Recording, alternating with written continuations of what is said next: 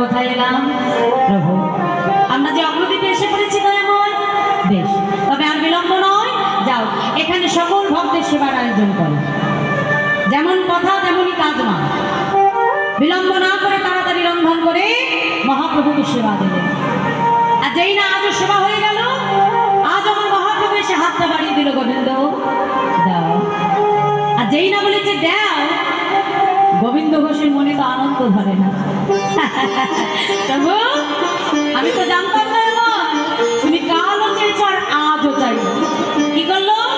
তাড়াতাড়ি যে হরিতকিটা বেঁধে রেখেছিল মা, তাড়াতাড়ি হরিতকিটা বাহির করে গৌর হরির হাতে দিব। যাও প্রভু, এই নাও, এই নাও, ধরো দয়া। আর যেই না হরিতকিটা দিল, সঙ্গে সঙ্গে মহাপ্রভু গোবিন্দকে ডেকে বললো, গোবিন্দ কাল যখন তোমার কাছে হরিতকি চেয়েছিলাম তোমার দিতে বিলম্ব হয়েছে, এটা আছে তুমি কোথায় পেলে? প্রভু কেন দেয় নয়, কাল যখন আমি হরিতকি ভিক্ষা করতে গেছিলাম, জানো প্রভু আমি দুটো হরিতকি ভিক্ষা পেয়েছি, একটা তোমায় দিয়েছি আর একটা আমি আমার কাছে রেখে দিয়েছি। বলো প্রভু আমি ভালো করিনি? গোবিন্দ তুমি জানো না তুমি যে সন্ন্যাসী গোবিন্দ, আর সন্ন্যাসী নহে কবু সঞ্চয় বাসনা। তুমি এতদিন আমার সঙ্গীর সঙ্গী হলে গোবিন্দ, কিন্তু তোমার মন থেকে তুমি এখনো সঞ্চয় বাসনা দূর করতে পারো না। আর শুনে রাখো গোবিন্দ, তোমার মতো কোনো সঞ্চয়ী ভক্তকে আমি আমার সঙ্গী করতে পারবো না। চলে যাও, চলে যাও বলছি গোবিন্দ, তুমি চলে যাও। সেই না বলেছে গোবিন্দ চলে যাও, সঙ্গে সঙ্গে গোবিন্দ ছুটে এসে গৌর হরি চরণটা জড়িয়ে ধরেছে। প্রভু আমি যদি কোনো কিছু সঞ্চয় করি সেটা আমি আমার নিজের জন্য করিনি প্রভু, আমি তো তোমার জন্য করেছি। এতে যদি আমার কোনো অপরাধ হয়, এতে যদি আমার কোনো ভুল হয় প্রভু, আমায় তুমি মারো, আমায় তুমি সাজা দাও, কিন্তু আমাকে তুমি চলে যেতে বলো না।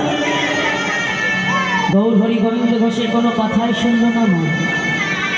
ভক্তবৃন্দকে ডেকে বলছে, ভক্তবৃন্দ আর বিলম্ব দাও, চলো এক্ষুনি এই মুহূর্তে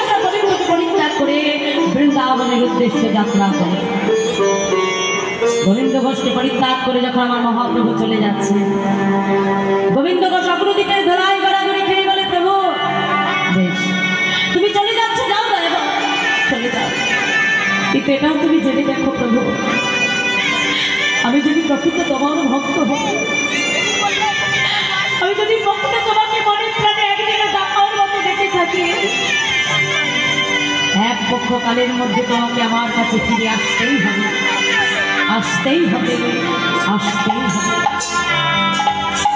অগ্রদ্বীপের ধুলায় গড়াগড়ি যায়, আর দুটি নয়ন জলে বক্ষ ভাসে কাঁদে আর বলে, প্রভু তুমি পতি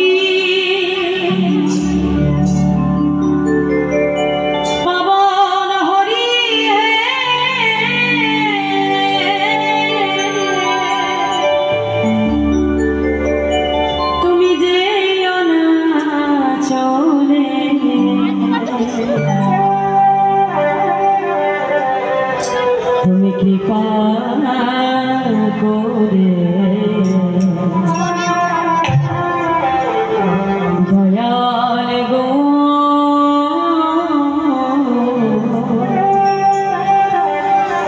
রাখো চরণে।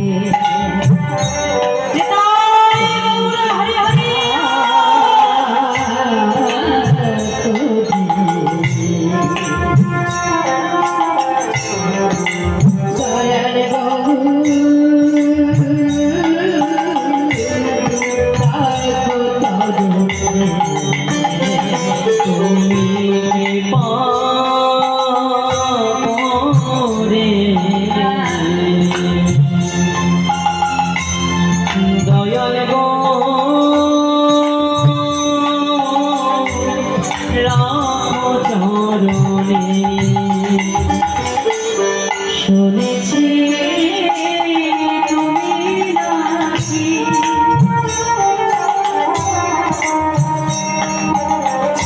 দয়াল শিরোমণি,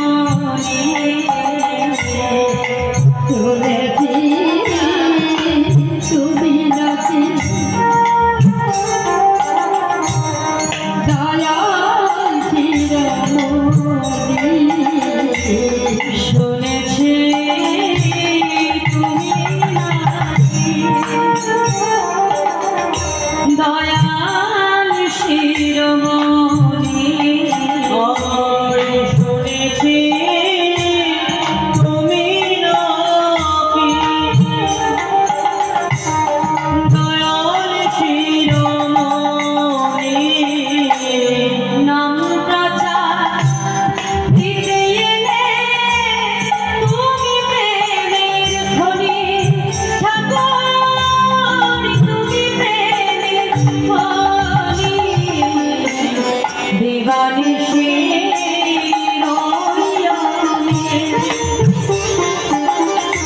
তোমার শরণে দয়া, দিবানিশি দয়ামি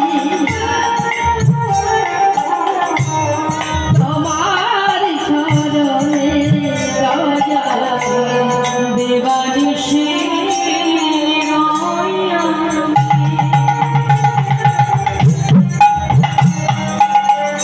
তোমার শরণে দয়া, দিবানিশি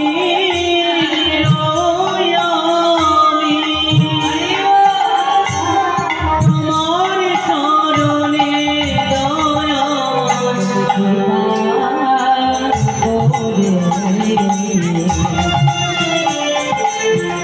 দয়াল গো রাখো চরণে।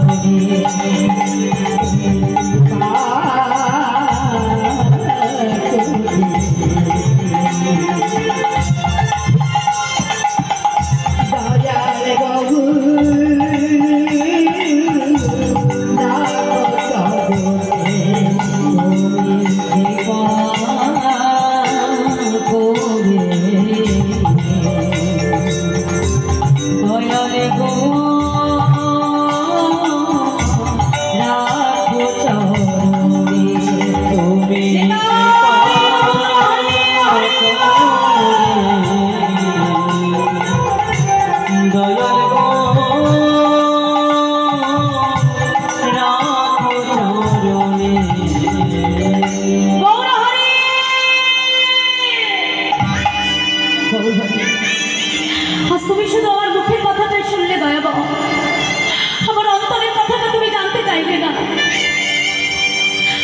প্রভু তুমি ছাড়া যে এই অগ্রদীপে আমার আর কেউ নাই প্রভু। আজ অগ্রদীপে তুমি আমাকে কার কাছে রেখে গেলে দয়াময়? গোবিন্দ ঘোষ যখন ধরার মধ্যে গড়াগড়ি খায়, অগ্রদীপ বাসী এসে ধরাধরি করে গোবিন্দ ঘোষকে তার ঘরে পৌঁছে দিল মা। কিন্তু ঘরে গেলে কি হবে? ঘরে তার আর মন বসে না। এক একটা দিন গোবিন্দ ঘোষের কাছে এক এক বছরের ন্যায় কেটে যায়। আজ দেখতে দেখতে যখন 13 দিন হয়ে গেল, গোবিন্দ ঘোষ মনে মনে চিন্তা করলো, প্রভু আমার যে জীবনে তুমি না, সেই জীবন দেখে আমি কি করবো বলো? আর আমি এই প্রাণ রাখতে চাই না প্রভু। আজ আমার প্রাণ আমি সুরধনী গঙ্গার জলে বিসর্জন করে দেব। গৌর নাম গাইতে গাইতে আজকে গোবিন্দ ঘোষ সুরধনী গঙ্গার দিকে ছুটে যাচ্ছে। গৌর নামকে স্মরণ করতে করতে যখন এক পা করে সুরধনী গঙ্গার জলে নামছে মা, কণ্ঠ পর্যন্ত গঙ্গার জল। এমন সময় একটা কষ্টি পাথর ভাসতে ভাসতে গোবিন্দ ঘোষের পক্ষে এসে লাগলো। গোবিন্দ ঘোষ সেটাকে পোড়া কাষ্ট মনে করে আবর্জনার মধ্যে ছুঁড়ে ফেলে দিয়েছে। আর যেই না ছুঁড়ে ফেলেছে, এমন সময় আকাশে দৈব বাহন হলো, গোবিন্দ তুমি ফিরে যাও। গোবিন্দ এ তুমি কি করছো? গোবিন্দ আত্মহত্যা করা যে মহাপাপ। কি তুমি? আমি তো তোমাকে দেখতে পাচ্ছি না, বলো বলো তুমি কে? গোবিন্দ যখন সময় হবে আমাকে তুমি ঠিক দেখতে পারবে। চলে যাও, চলে যাও ভক্ত, আত্মহত্যা করো না গোবিন্দ, ফিরে যাও। গোবিন্দ ঘোষের আর মরা হলো। ঘরে ফিরে দেখতে দেখতে আজকে যখন 15 দিন হয়ে গেল, আর এক পক্ষকাল কতদিনে বাবা? 15 দিন। মহাপ্রভু মনে মনে চিন্তা করছে যে আজ যদি গোবিন্দের কাছে না যায়, আমার গোবিন্দকে প্রাণে বাঁচাতে পারবো। অগণিত ভক্তকে সঙ্গে নিয়ে মহাপ্রভু গোবিন্দ ঘোষের ঘরের বাইরে এসে ডাক দিল, গোবিন্দ গোবিন্দ। যেই না গোবিন্দ বলে রেখেছে, গোবিন্দ ঘোষ ঘরের মধ্যে থেকে আজকে ছুটে দরজাটা খুলে বাহির হয়ে এলো। এসে দেখে অগণিত ভক্তকে নিয়ে আমার মহাপ্রভু দাঁড়িয়ে আছে। ছুটে এসে মহাপ্রভুর চরণটা জড়িয়ে ধরেছে, দয়াবান তুমি এসেছো, তুমি এসেছো প্রভু। আমি জানতাম তুমি আসবে, আমি জানতাম প্রভু তুমি ঠিক আসবে। দয়াবান আমার তুমি কথা দাও, তুমি আর কখনো আমার ছেড়ে যাবে না প্রভু। তোমার মতো ভক্তকে কি ছেড়ে থাকা যায় গোবিন্দ? হ্যাঁ গো, আমি যে তোমার কাছে আসবো এই আগমন বার্তাটাকে তুমি আগে থেকে পেয়েছো না তো প্রভু? আচ্ছা গোবিন্দ, তুমি কি সুরধনী গঙ্গায় গিয়েছিলে নিজের প্রাণ বিসর্জন করবে বলে? যেই না বলেছে গোবিন্দ গোচ্ছম চৈত্র, ছুটতে ছুটতে সুরধনী গঙ্গার তীরে এসে মা আবর্জনার মধ্যে খুঁজে খুঁজে দেখলো যেটা পোড়া কাষ্ঠ মনে করে ছিঁড়ে ফেলেছিল, সেটা পোড়া কাষ্ঠ নয়, একটা কষ্টি পাথর।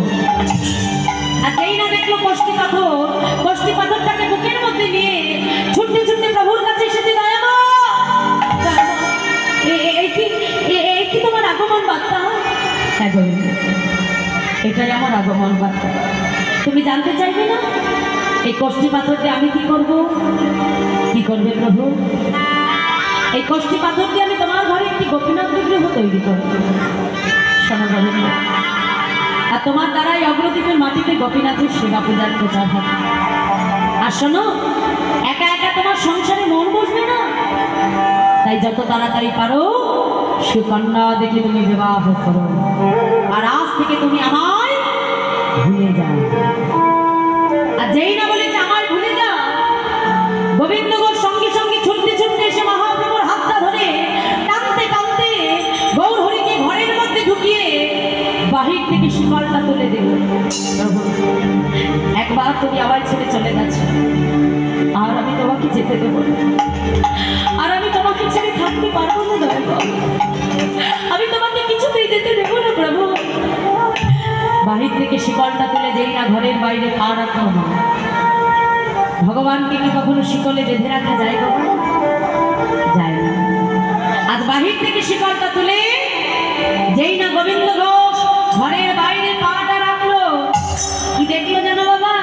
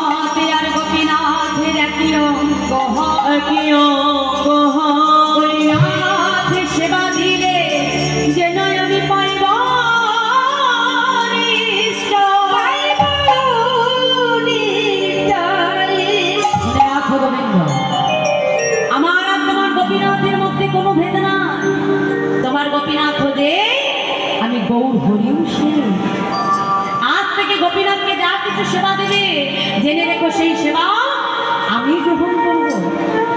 আর একা একা মন বসবে না, তাই যত তাড়াতাড়ি পারো সুকন্যা দেবী তুমি বিবাহ করো গোবিন্দ। এই বলে আমার মহাপ্রভু চলে গেলেন। কিছুদিন যেতে না যেতে গোবিন্দ ঘোষ বিবাহ করলেন মা।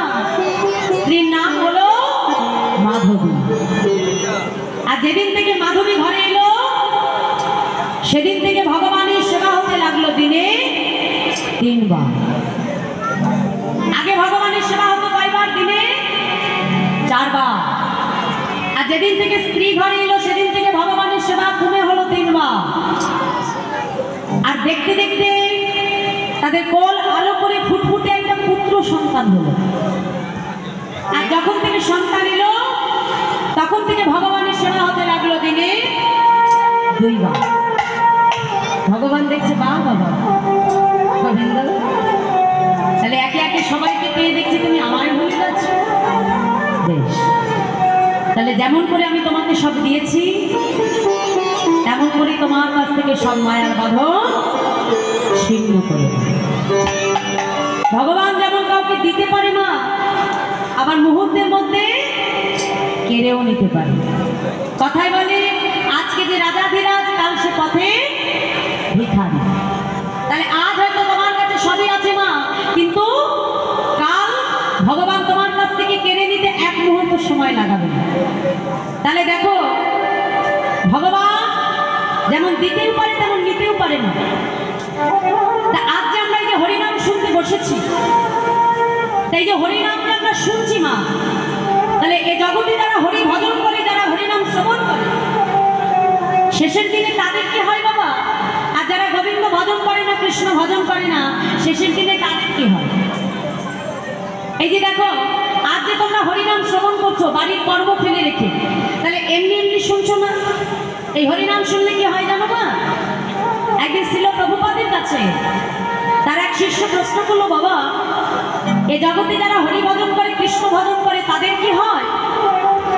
আর জগতে যারা কৃষ্ণ ভজন করে না তাদের কি হয়? তখন ছিল প্রভুপাদ মৃদু হেসে বলছে, আচ্ছা বাবা তুমি কখনো বেড়ালকে সন্তান প্রসব করতে দেখেছো? বেড়াল যখন সন্তান প্রসব করে বাবা কি হয়? সন্তান প্রসব করবার পর মুখে করে এক জায়গা থেকে তাকে অন্য জায়গায় নিয়ে যায়, কি তাই তো? তাহলে যখন মুখে করে তাকে নিয়ে যায়, নিয়ে যাওয়ার সময় সন্তানের গায়ে এতটুকু আঘাত লাগে? লাগে না। আবার ওই একই বেড়াল যখন একটা ইঁদুরকে শিকার করে, ওই আত্মভাবে করে বাবা, তখন তার মধ্যে যত হিংসাবৃত্তি থাকে সমস্ত কিছু বাহির হয়ে যায়। হিংস্র দাঁত নখ মুখ দিয়ে কি করে? ইঁদুরটিকে ধরে টুকরো টুকরো করে ইঁদুরটিকে খেয়ে ফেলে।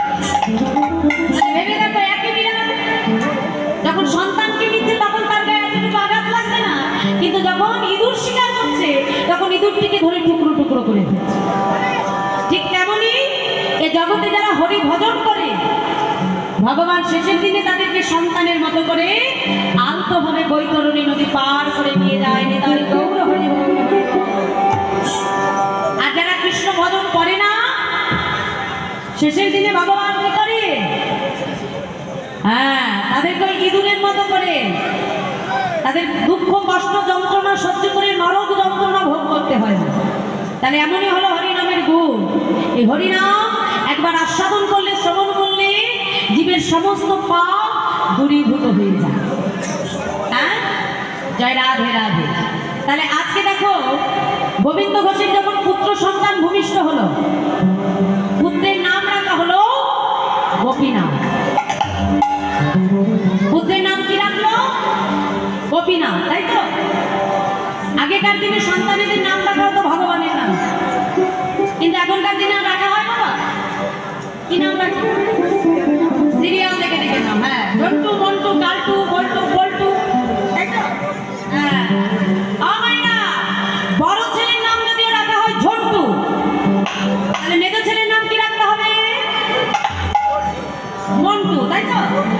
হ্যাঁ, বা বল্টু, যাই হোক, মানে নামটা এমন রাখতে হবে যাতে নামের মধ্যে মিল থাকে বাবা, তাই না? মানে আমরা মিলিয়ে মিলিয়ে নাম রাখি, তাই তো? না, একজন খুব মজার একটা কথা বলছি, একটু মন দিয়ে শুনুন। এই যে একজন শেঠজি ছিলেন, শেঠজি। সেই শেঠজির এত টাকা পয়সা, এত অর্থ সম্পত্তি, কিন্তু ভগবান তার ঘরে কোনো সন্তান দেয় না। তাই শেঠজি একদিন এক সাধু বাবার কাছে এসে বলছে, সাধু বাবা, ভগবান আমাকে এত কিছু দিল, কিন্তু রক্ষা করবার মতো আমাকে কোনো সন্তান দিল।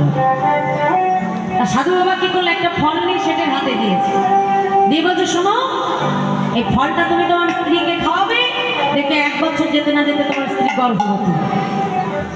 তা শেঠের কথা মতো ফলটা, মানে সাধুর কথা মতো শেঠ ফলটা এনে তার স্ত্রীকে খাইয়ে দিল। আর 1 বছর যেতে না যেতে ঘর আলো করে ফুটফুটে পুত্র হলো। এখন ওই ছেলেকে কোলে নিয়ে সাধু বাবার কাছে এসে বলছে, এই যে সাধু বাবা, আপনার কৃপায় আমি একটা ফুটফুটে পুত্র পেয়েছি। তাই যেহেতু আপনার কৃপায় আমি সন্তান পেয়েছি, আমার মনের ইচ্ছে যে আমার সন্তানের নামটা আপনি রাখুন। বলছে, বেশ তাই হবে। এখন পুঁজি টুজি দেখে সন্তানের নাম রাখা হলো দিগম্বর। হ্যাঁ, দিগম্বর। কি নাম রাখলো না? দিগম্বর। এখন পরের বছর যেতে না যেতে আবার আরেকটি ছেলে হয়েছে। এখন ওই ছেলেকে এনে বলছে, শোনো সাধু বাবা, এমন নাম রাখবে যাতে লোকে শুনলেই বুঝতে পারে এরা দুজন আমার ছেলে।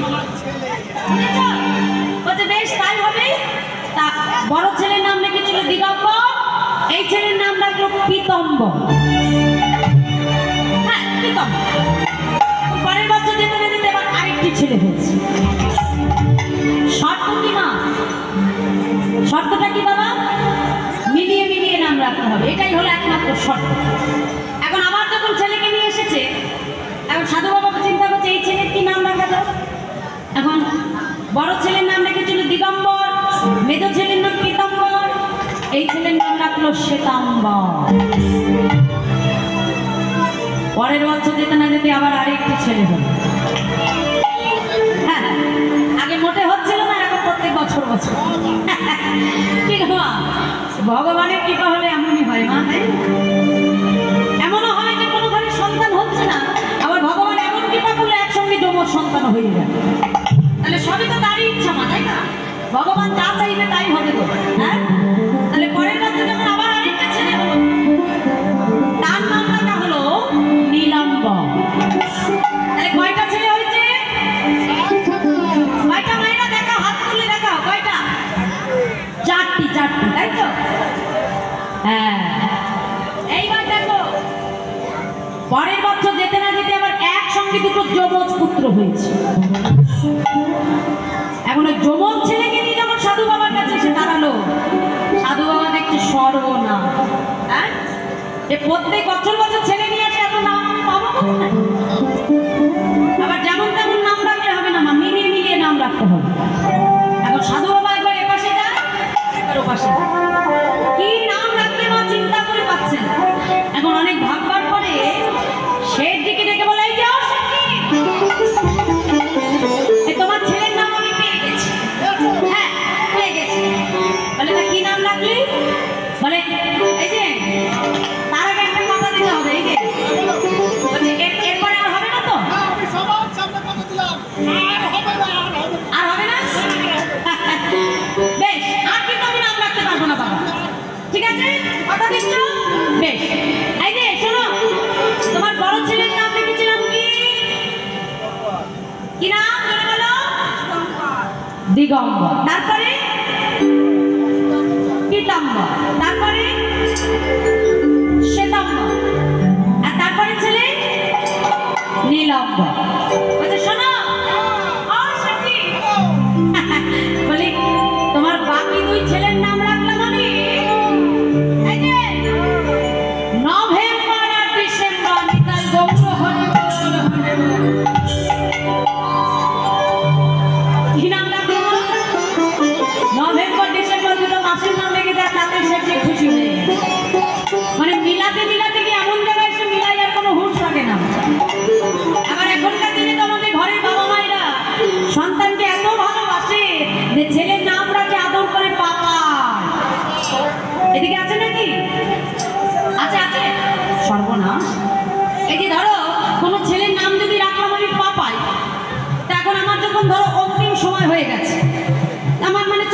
করে। তাহলে এখন যদি আমি বিছানায় শুয়ে শুয়ে ডাক দিই মা মা, কি বলবো? পাপ আয়। তাহলে পাপ আয় আয় বলতে বলতে যদি প্রাণ চলে যায় বাবা, তাহলে সরাসরি কোথায় নিয়ে যাবে? নরকে। হরি বল হরি বল। আমার মহাপাপী আদামি এত বড় পাপী ছিল যে আদামের এক পতিতাকে ভালোবাসবার জন্য তার পিতা তাকে পরিত্যাগ করলো। ব্রাহ্মণ কুলে জন্মেছিল আদামি, ব্রাহ্মণের সন্তান, কিন্তু পতিতাকে ভালোবেসে সেই আদামিকে যখন তার পিতা পরিত্যাগ করে দিল, পতিতাকে নিয়ে গ্রামের বাইরে যে একটা ঘর বেঁধে পতিতাকে নিয়ে সে সংসার করতে লাগলো। দেখতে দেখতে আদামিলের ঔরসে পতিতার গর্ভে 9টি সন্তান ভূমিষ্ঠ হলো। সর্বশেষ গর্ভে যখন তার 10ম সন্তানটি রয়েছে, এমন সময় আদামিলের গৃহে একজন বৈষ্ণব এলেন। তার নাম ছিল রমস মুনি। আদামিলের গৃহে অন্ন সেবা করলেন রমস মুনি। অন্ন সেবা করে যখন চলে যাবে, আদামিলকে ডেকে বলছে, শোনো বাবা আদামিল, আমি তোমার গৃহে অন্ন সেবা করেছি, এমনি এমনি তো চলে গেলে হবে না, তোমাকে কিছু দিয়ে যেতে হবে। শোনো বাবা, আমি ধ্যান থেকে জানতে পারলাম যে তোমার স্ত্রীর গর্ভে একটি পুত্র সন্তান রয়েছে। আমার কথাটা যদি তুমি রাখো বাবা, তাহলে তোমার সন্তানের নামটি রেখো তুমি নারায়ণ। আদামিল কি করলো? তার পুত্রের নাম রাখলো নারায়ণ। তা আদামিলের যখন অন্তিম সময় এসে গেল, মা আদামিলকে যখন জম দিতে না নিতে এসেছে, জমের ভয়ঙ্কর চেহারা দেখে আদামিল থরথর থরথর করে কাঁপছে। আর এমন সময় দেখলো উঠানের মধ্যে ছোট্ট পুত্র নারায়ণ খেলা করছে। মৃত্যু ভয় পেয়ে আদামিল চিৎকার করে উঠলো, নারায়ণ নারায়ণ। যেই না নারায়ণ বলে ডাকলো, আদামিলের দেহ থেকে প্রাণটা বাহির হয়ে গেল। যে পাপী আদামিল, যার যাওয়ার কথা ছিল নরকধামে, সেই পাপী আদামিল অন্তিম সময়ে সন্তানকে ডাকতে গিয়ে নামের অদান্তে কখন নামের নামীকে স্মরণ করে জন্য, আর ওই নামের নামীকে স্মরণ করবার জন্য সেই পাপী আদামিল চলে গেল কোথায়? গোলক বৈকুণ্ঠ ধাম। তাহলে এমনই হলো হরি নামের গুণ। সন্তানের নাম সবসময় রাখতে হয় ভগবানের নামে। কারণ মাগো, আমরা সংসারে জীব, সংসারে প্রতিনিয়ত আমরা কর্মের মধ্যে থাকি। তাহলে সন্তানের নামটা যদি কখনো ভগবানের নামে রাখো, গৃহে যতবার তুমি সন্তানকে ডাকবে না, ওই সন্তানকে ডাকার মধ্যে থেকেই কিন্তু তোমার ভগবানকে ডাকা হয়ে যায়। তাহলে আজকে পুত্র গোবিন্দ ঘোষ তার সন্তানের নাম রাখলেন পুত্র গোপীনাথ। আর যেদিন থেকে গোপীনাথ এলো, সেদিন থেকে ভগবানের সেবা হচ্ছে দিনে 2 বার। ভগবান বলল, বেশ, তাহলে গোবিন্দ, যেমন করে আমি তোমাকে সব দিয়েছিলাম, ঠিক তেমন করে তোমার কাছ থেকে সব মায়ার বাঁধন ছিন্ন করে নেব। একদিন গোবিন্দ ঘোষ যখন ভিক্ষায় গেল, মা ভিক্ষা করে ফিরে এসে ভিক্ষার ঝোলাটাকে উঠানে রেখে স্ত্রী মাধবীকে ডেকে বলছে, মাধবী, ও মাধবী, শোনো মাধবী, আমি গঙ্গা স্নানে যাচ্ছি, ফিরে এসে আমার গোপীনাথকে সেবা দেবো। মাধবী, তুমি তাড়াতাড়ি রন্ধন করো। এই বলে গোবিন্দ ঘোষ যখন গঙ্গা স্নান করতে গেল, মা ফিরে এসে দেখলো যে ভিক্ষার ঝোলাটা ঠিক যেখানে রেখেছিল সেই জায়গাতেই পড়ে আছে। এসে চিৎকার করে ডাকলো, মাধবী মাধবী মাধবী মাধবী মাধবী বলে ডাকতে ডাকতে যেই না মন্দিরের মধ্যে প্রবেশ করলো, দেখলো মাধবী উপর হয়ে পড়ে আছে। মাধবী, এটা কি গোপীনাথের সামনে থাকবার সময়? মাধবী, ওঠো, এখনো বন্ধন করনি, আমার গোপীনাথকে সেবা দিতে হবে। মাধবী, মাধবী, আমার মাধবী, আমার মাধবী কোনো কথা বলে না কেন? ছুটে গিয়ে যেই না মাধবীকে স্পর্শ করলো, দেখে মাধবীর অসার দেহতা পড়ে আছে, চিৎকার করে উঠল গোপীনা, গোপীনা তুমি কি করেছো গোপীনা? আমার মাধবীকে তুমি কেন কেড়ে নিলে দয়ামা? আমার মাধবী কি অপরাধ করেছিল তোমার চরণে প্রভু? কেন তুমি আমার মাধবীকে কেড়ে নিলে বলো দয়ামা, বলো। পাড়া প্রতিবেশী ছুটে এসে বলে গোবিন্দ, তোমার মাধবী যদি প্রকৃত তোমার হতো সে কখনো তোমায় ছেড়ে যেতে পারত না গোবিন্দ। শুনে রাখো, এই সংসার মাঝে যে কেউ কারণ নয় গো গোবিন্দ। এই সংসার নাট্য মঞ্চে দাঁড়িয়ে আমরা প্রত্যেকটা জীব অভিনয় করছি মাত্র। যার যখন সময় হবে তাকে তখন চলে যেতে হবে গোবিন্দ। তুমি যদি এমন করে ভেঙে পড়ো, তোমার সন্তানকে কে দেখবে বলো গোবিন্দ? আমার নিজের হাতে স্ত্রী মাধবীর সৎকার করে গোবিন্দ ঘোষ ঘরে ফিরে এলেন। দেখতে দেখতে পুত্র গোপীনাথের বয়স হলো 5 বছর।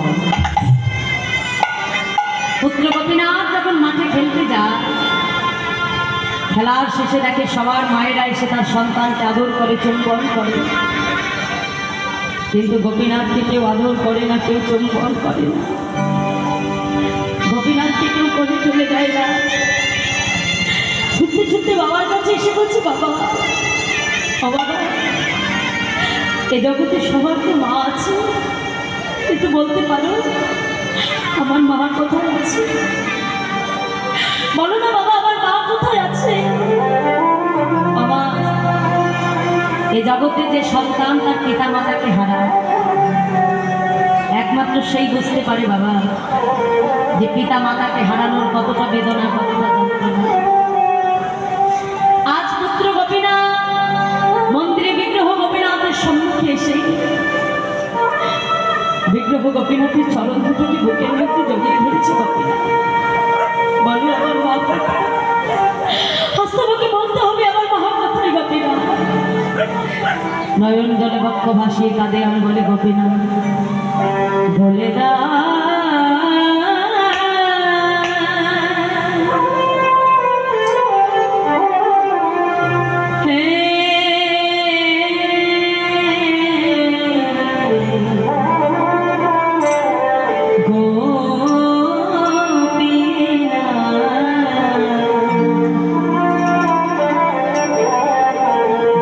কোথায় আমার মা?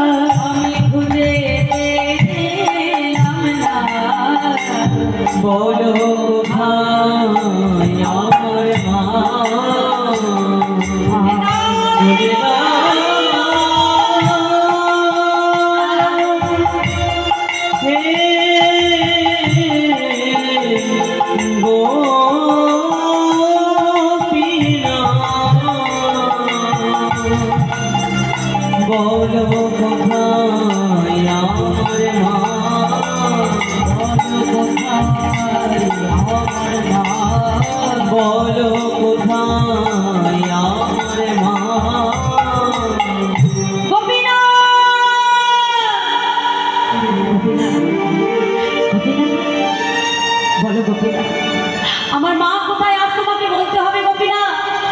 গোপীনা, আমি তোমার চরণে কি অপরাধ করেছি বলতে পারো? কেন কেন তুমি আমার মাকে কেড়ে নিলে বলো দয়া মা? কেন কেন আমার মা আমাকে কোলে তুলে দেয় না?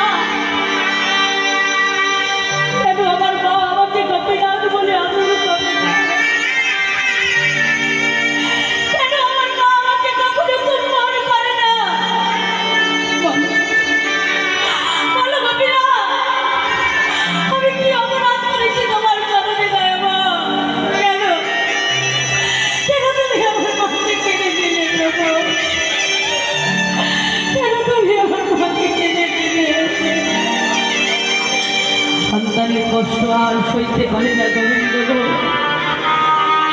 মন্দিরের ভেতরে ছুটে এসে বলে গোপীনা, কে বলেছি তোর মা নেই? গোপীনা, আজ থেকে আমি তোর মা, আজ থেকে আমি তোর বাবা। গোপীনা, আজ থেকে তুই আমাকে মা বলে ডাকবি, আজ থেকে তুই আমাকে বাবা বলে ডাকবি। গোপীনা ছুটে গিয়ে দেই না সন্তানকে কোলে তুলতে গেল মা, দেখে পুত্র গোপীনাথের বদন থেকে ঝলকে ঝলকে রুধির ধারা বইছে। গোবিন্দ চিৎকার করে উঠল, গোপীনা, গোপীনা, না গোপীনাথ না, তুমি আমার মাধবীকে কেড়ে নিয়েছো, আমি তোমাকে কিচ্ছু বলিনি গোপীনা, কিন্তু আমার পুত্রকে তুমি কেড়ে নিও না। জগতে আমার আর কেউ নাই, আমার সন্তানকে তুমি কেড়ে নিও না, আমার সন্তানকে তুমি কেড়ে নিও না, আমার সন্তানকে তুমি কেড়ে নিও না। পুত্র গোপীনাথকে কোলের মধ্যে নিয়ে বিগ্রহ গোপীনাথের সম্মুখে দাঁড়িয়ে কাঁদে আর বলে, গোপীনাথ কেড়ে নিও না।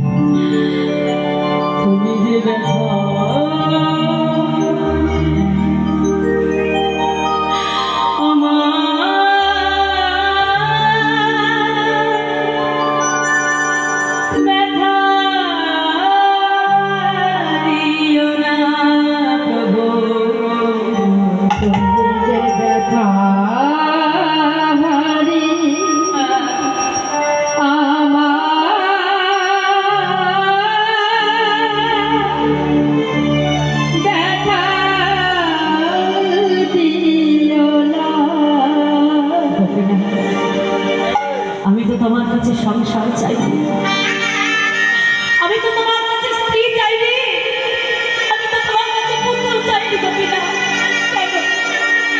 কেন দিলে আমাকে সংসার, কেন দিলে আমাকে স্ত্রী, কেন দিলে আমাকে পুত্র? বলো যদি তুমি কিনে কেন দিলে দেবো? বলো, দিলে যদি পুত্র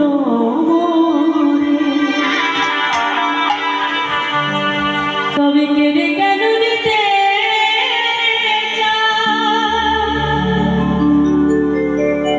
সহিতে পারি না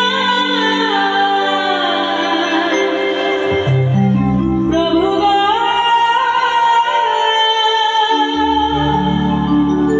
তবে কেন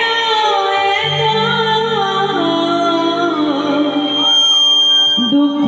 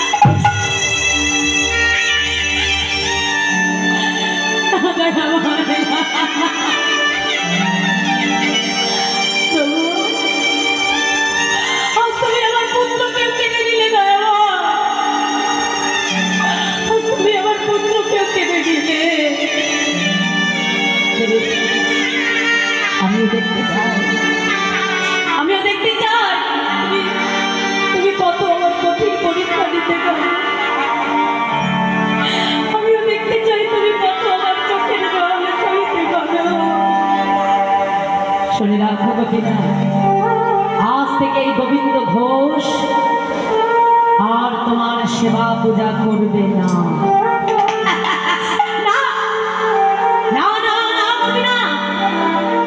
আজ থেকে যেমন তুমি অনাহারে থাকবে, আজ থেকে তোমার ভক্ত গোবিন্দ ঘোষ অনাহারে থাকবে। আমিও দেখতে চাই তুমি কতদিন আমার পরীক্ষা নিতে পারো। আমিও দেখতে চাই তুমি কত আমার চোখের জল চাইতে পারো। প্রভু নিজের হাতে সন্তানকে সমাধিস্থ করলেন, প্রথমে নিজের স্ত্রীকে হারালো, আর এখন শেষ সম্পদ ছিল নিজের পুত্র, তাকেও গোবিন্দ ঘোষ হারিয়েছে। নিজের হাতে সন্তানকে সমাধিস্থ করে ঘরে ফিরে এসেছিলাম, মন্দিরের ভেতরে শুয়ে সে কাঁদে আর গোপীনাথ গোপীনাথ বলে নয়ন জলে বক্ষ ভেসে যায়। ভগবানের চরণে কেঁদে কেঁদে বলে প্রভু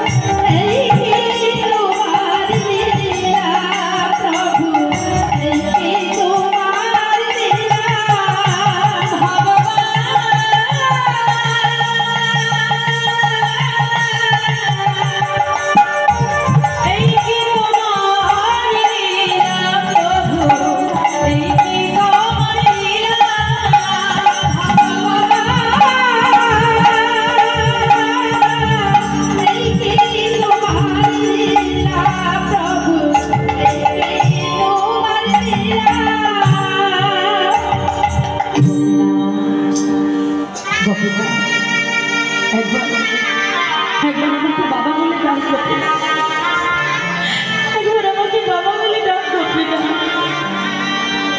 ভক্তের কষ্ট ভগবান আমার সইতে পারে না। মন্দিরের মধ্যে থেকে ভগবান চিন্তা করলো যে আমাকে তো কোনো না কোনো ভক্ত রোজ সেবা দেয়, কিন্তু আমার গোবিন্দ যদি অনাহারে থাকে ও তো মারা যাবে। ভগবান বিলম্ব না করে পাথরের মধ্যে থেকে সচল মূর্তি ধারণ করে আজকে গোবিন্দ ঘোষের শিহরে এসে ডাক দিল, বাবা ও বাবা, কে কে কে আমাকে বাবা বলে ডাকে? না না না, আমি কারোর বাবা নই, আমি কারোর বাবা নই, আমাকে কেউ বাবা বলে দিত না, আমি কারোর বাবা নই।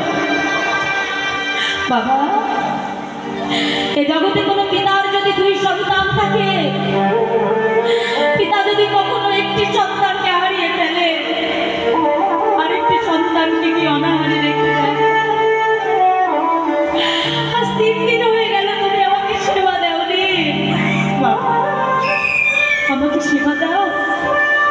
গোপীনা, তুমি যে আমাকে বাবা বলে ডাকছো, তুমি জানো এই জগতে প্রত্যেকটা পিতা মাতা একটা সন্তানের বাসনা কেন করে?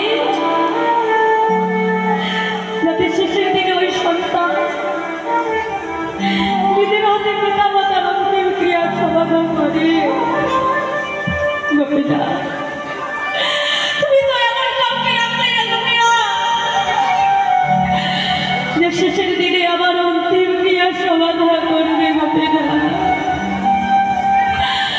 আর তুমি যে আমাকে বাবা বলে ডাকছো, বলো শেষের দিনে তুমি আমার জন্য দোয়া করবে? গোপীনা, করবো বাবা।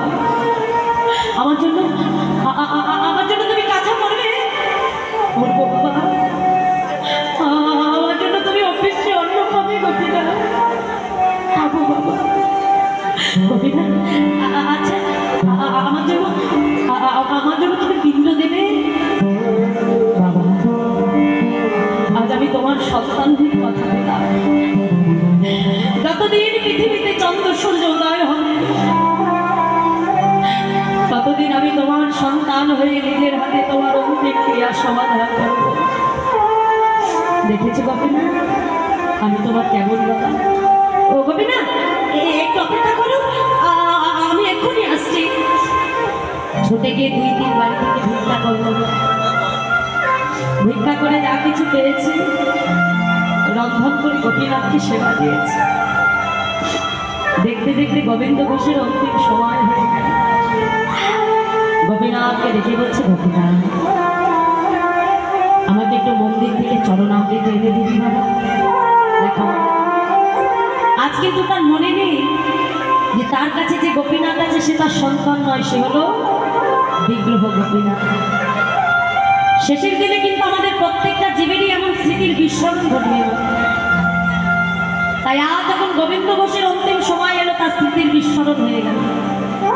মন্দিরের বিগ্রহ গোপীনাথকে নিজের পুত্র গোপীনাথ মনে করল। গোপীনাথ, আমাকে একটু মন্দির থেকে চরণামৃত এনে দিবি। ভগবানের লীলা কি মাধুর্য বাবা। নিজের মন্দিরে প্রবেশ করে নিজের হাতে নিজের চরণ ধৌত করে সেই চরণ ধৌত জল এনে ভগবান আজকে ভক্ত হয়ে আজকে পিতার বদনে পেয়ে দিচ্ছে। ভগবান আজকে ভগবান নয়, পুত্র হয়ে সন্তান হয়ে ভক্তের বদনে ভগবান সেবা করাচ্ছে। গোপীনাথ, আমার তো যাবার সময় হলো, আমার শিহরে একজোড়া করতাল আছে, আমাকে একটু হরিনাম শোনাবি বাবা? নিশ্চয়ই শোনাবি। শিহর থেকে করতাল জোড়া দিয়ে গোবিন্দ ঘোষকে ঘিরে ঘিরে ভগবান পুত্র হয়ে আজ হরিনাম গাইতে আরম্ভ করল। হরে কৃষ্ণ হরে কৃষ্ণ কৃষ্ণ কৃষ্ণ হরে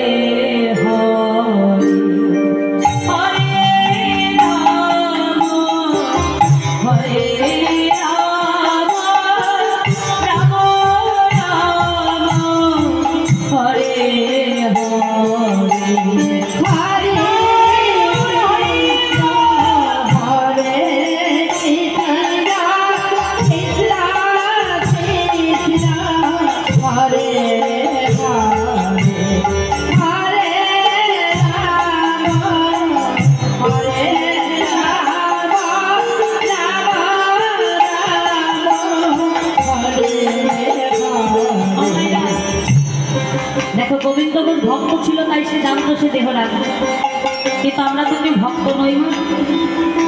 আমরা কেউ বলতে পারি না যে এখন আমার দেহে প্রাণ আছে আর আরেকটু পরে আমি বাঁচবো কিনা কেউ বলতে পারি না। তাহলে যতক্ষণ শ্বাস ততক্ষণ আস। তাহলে আজ শুধু গোবিন্দ ঘোষ নয়, আমরা বদলে বদলে একসঙ্গে হরি নাম গাই। সবাই মিলে একটু করতালি দিয়ে একসঙ্গে আমরা নাম গাইব। সবাই মিলে বলো হরে কৃষ্ণ হরে কৃষ্ণ কৃষ্ণ কৃষ্ণ হরে হরে হরে রাম হরে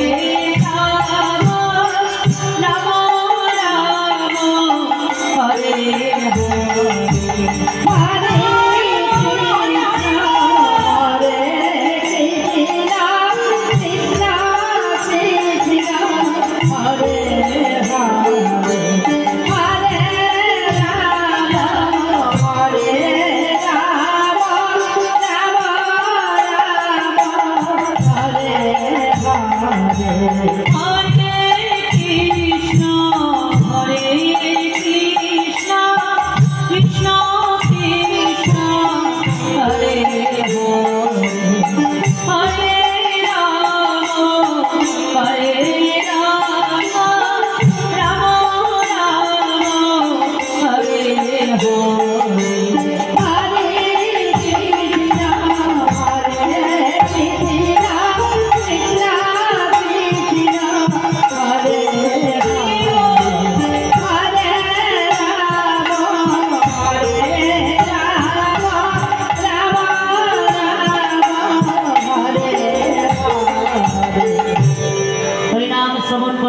গোবিন্দ ঘোষ দেহ রাখে। আর যখন গোবিন্দ ঘোষ দেহ রাখে, গোপীনাথ আমার অগ্রদীপ বাসে দাঁড়ে দাঁড়িয়ে সবাইকে সংবাদ দিল, গো তোমরা সকলে এসো, আমার পিতা যে দেহ রেখেছে। অগ্রদীপ বাসে এসে ধরাধরি করে গোবিন্দ ঘোষের অন্তিম ক্রিয়া কর্ম করল। আর ওদিকে মন্দিরের পুজো বন্ধ থাকে না। দ্বিতীয় একজন পূজারী মন্দিরে যখন মন্দিরে এলে, গোপীনাথ মন্দিরের ভেতর থেকে পূজারীকে স্বপ্নাদেশ করতে, পূজারী মন্দিরে এসো, আমার রাজবেশ খুলে দাও, আমাকে কাছা পরিয়ে দাও। কে তুমি? কেন প্রভু তোমাকে কাছা পরিয়ে দেবো কেন? পূজারী আমার পিতা যে দেহ রেখেছে, পূজারী আসো, আজ থেকে দিনে 1 মাস 26 অন্ন বন্ধন করে দিনে একবার আমাকে তুমি সেবা দেবে। আর শুনে রাখো পূজারী, আজ থেকে 1 মাস পর মধুকৃষ্ণ ত্রয়োদশী তিথিতে সকল অগ্রদীপ বাসীকে সংবাদ দেব। সেই দিন আমি নিজে দাঁড়িয়ে থেকে আমার পিতার জন্য পিণ্ড দান করব। 1 মাস গোপীনাথকে অত্রিশী অন্ন সেবা করানো হলো না, এবং 1 মাস পর সেই মধুকৃষ্ণ ত্রয়োদশী তিথিতে গোপীনাথকে সত্য বসন করিয়ে তার পিতার শ্রাদ্ধ বা আসরে আনা হল। ভগবান আজকে গোবিন্দ ঘোষের জন্য পিণ্ড করে করে দাঁড়িয়ে আছে, আর তার দুনয়ন হতে অশ্রুধারা বয়ে পড়েছে। কেউ কেউ মনে করছে যে ভগবান হয়েও ভক্তের জন্য কেমনভাবে ভগবান পিণ্ড দান করে। যারা ভক্তির নয়নে ভগবানকে দেখতে এলো বাবা, তারা দেখে আমার গোপীনাথ পিণ্ড করে করে দাঁড়িয়ে আছে, আর তার দুনয়ন হতে অশ্রুধারা বয়ে পড়েছে। আবার কেউ কেউ মনে করলো, রে বাবা পাথরের বিগ্রহ সে কখনো পিণ্ড দান করতে পারে? যারা পাথরের বিগ্রহ মনে করে ভগবানকে দেখতে এলো, তারা কিন্তু আমার গোপীনাথের দর্শন পেল না। কারণ এই জগতে একমাত্র ভক্তির নয়ন দিয়ে ভগবানকে দেখা যায়। এই দেখো, শুধু সেই দিন যে গোবিন্দ ঘোষের জন্য ভগবান পিণ্ড দিয়েছিল তা নয়, আজও পর্যন্ত অগ্রদীপের মাটিতে দাঁড়িয়ে গোবিন্দ ঘোষের জন্য আমার ভগবান পিণ্ড দান করছে। তাহলে এ জগতের ছেলে মেয়ে হলে মা, তোমার জন্য বড় জোর হলে 1 থেকে 2 থেকে 3 থেকে 4 বার তোমার অন্তিম ক্রিয়া করবে। কিন্তু সময়ের সঙ্গে সঙ্গে তোমার স্মৃতিটাও তার স্মরণ থেকে আবছা হয়ে যাবে। কিন্তু মাগো, ভগবানকে যদি ভালোবাসা যায়, ভগবানকে যদি কখনো নিজের সন্তান করতে পারে, প্রকৃত যদি ভগবানকে ভালোবাসার মতো বাসা যায়, আমরা ভগবানকে সেবা দিই ঠিকই মা, কিন্তু ভগবানকে যেমন সেবা করে আমাদের মনোভাব থাকে যে পাথরের, ভগবানকে কখনো নিজের আপন আপন মনে করতে পারি না। বৃন্দাবনে যারা ভজন করছে দেখো, তারা ভগবানকে কখনো পাথরের বিগ্রহ কিংবা কখনো কষ্টি পাথর রূপে যাচাই করে। তারা মনে করে ভগবান হলো আমার সন্তান, নিজে যখনই সেবা করবে আগে ভগবানকে দেবে, তারপরে সেবা করবে। এটাই তো ভালোবাসা। তাহলে ভগবানকে যদি আমরা বলি ভগবান খাই না, ভগবান শোনে না, আসলে ভগবানকে আমরা ডাকতেই পারি। ভগবানকে যদি ডাকার মতো ডাকা যায়, আর যদি একবার কোনো ভক্তের ডাক আমার ভগবান শুনতে পারে, ভগবান নিজ মুখে বললেন যে করে আমার আশ আমি তার করি সর্বনাশ, আর তথাপিও যে না ছাড়ে আমার দাস, আমি হই ভক্তের দাসের অনুদাস। তাই ভগবান আগে ভক্তকে কষ্ট দেয়, দুঃখ দেয়, তারপরেও যদি দেখে যে ভক্ত আমার প্রতি বিশ্বাস না হারায়, যদি ভগবানের প্রতি অটুট বিশ্বাস আর ভক্তিকে বজায় রাখা যায় না, তাহলে ভগবান নিজে ভক্ত চরণের দাস হয়ে যায়। তাই গৌর হয়ে, তাই আজও গোপীনাথের জন্য আমার সেই বিগ্রহ গোপীনাথ আজও তার পিতা গোবিন্দ ঘোষের জন্য অগ্রদ্বীপের মাটিতে দাঁড়িয়ে আজও পিণ্ডদান করে চলেছে।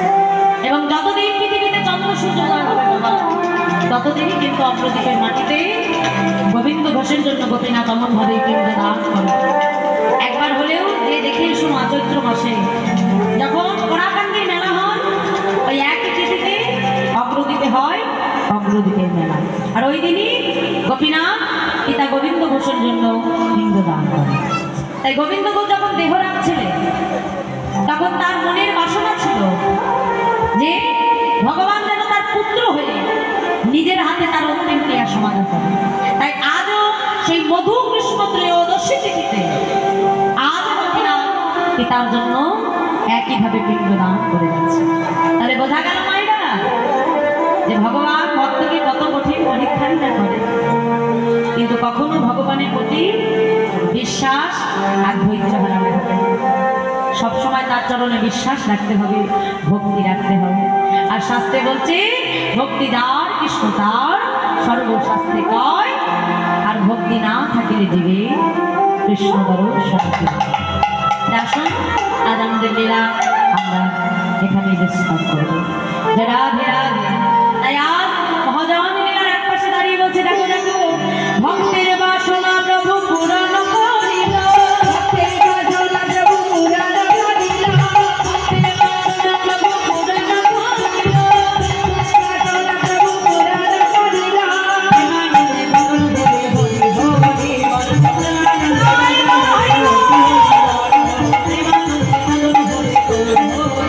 আনন্দে বল হরি হরি হরি বল,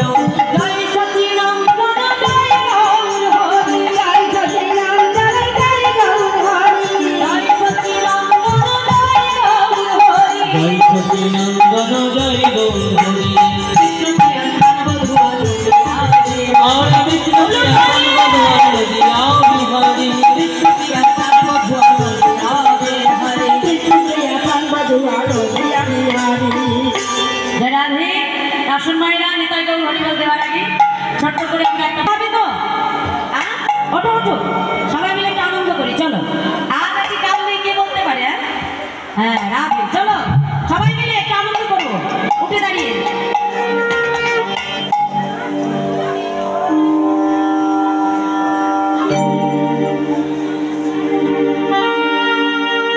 হরিবল রাধে। মনিটরটা লাভ করো দাদা, মনিটর মনিটর মনিটরটা বলো।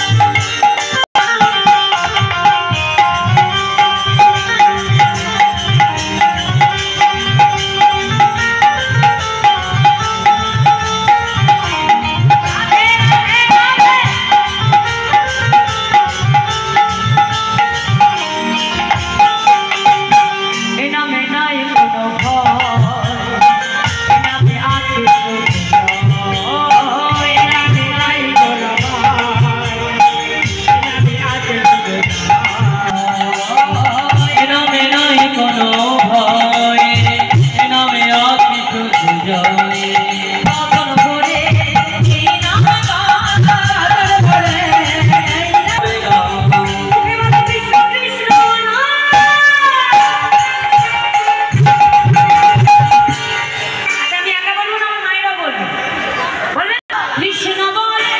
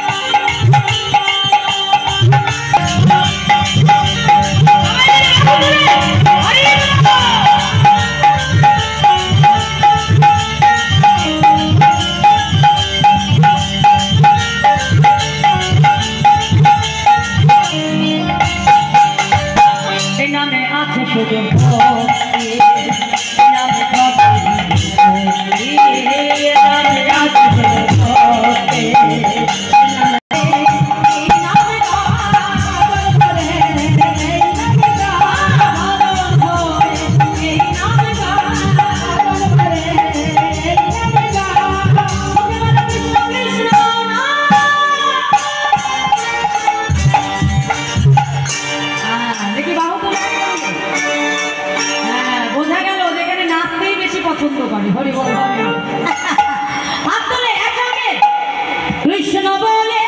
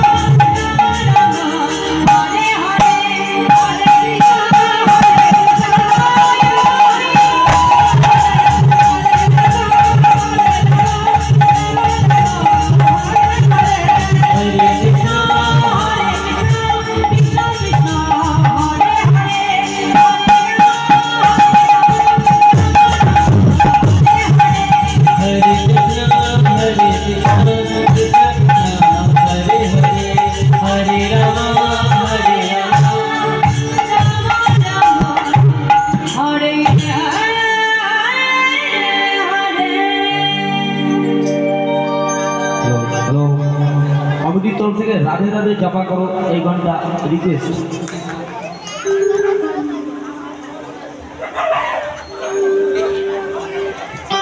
রাধে রাধে হরে কৃষ্ণ রাধে হরে কৃষ্ণ জয় রাধে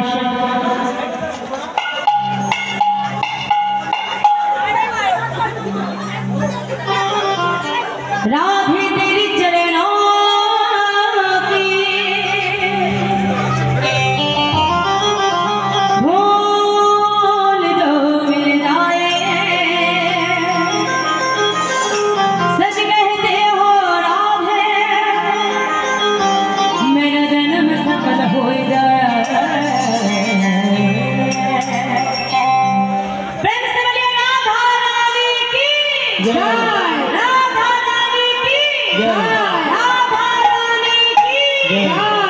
राधे राधे जय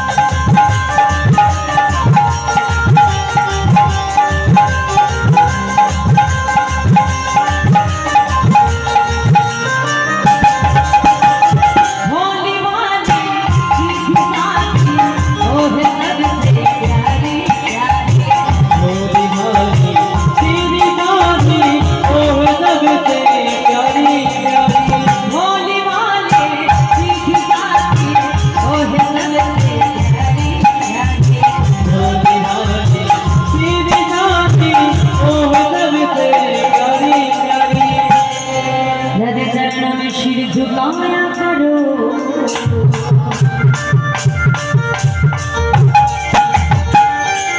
अच्छा माइना शिर माने কি গো শির? শির মানে মাথা। হ্যাঁ মানে ভগবানের চরণে যদি মাথা না নত করি ভগবান পাওয়া যায়? যায় না। তাই কি বলছে রাধে চরণ में শির झुकाया करो। राधे राधे जपा करो, राधे राधे जपा करो, राधे राधे जपा करो, रस पिया करो।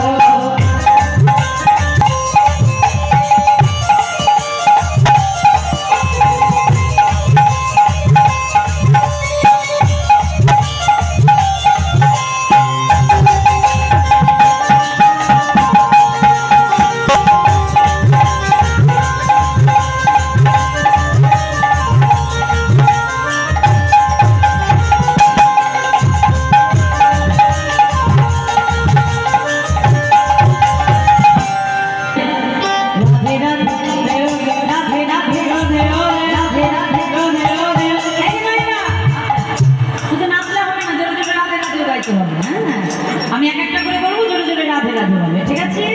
বলো বলো রাধে রাধে রাধে রাধে রাধে রাধে রাধে বৃন্দাবন বংশী বনে তাল বনে কমল বনে ভুবন বনে লোহ বনে শান্তি বনে দয়া বনে বংশী বনে রাধা বনে রাধে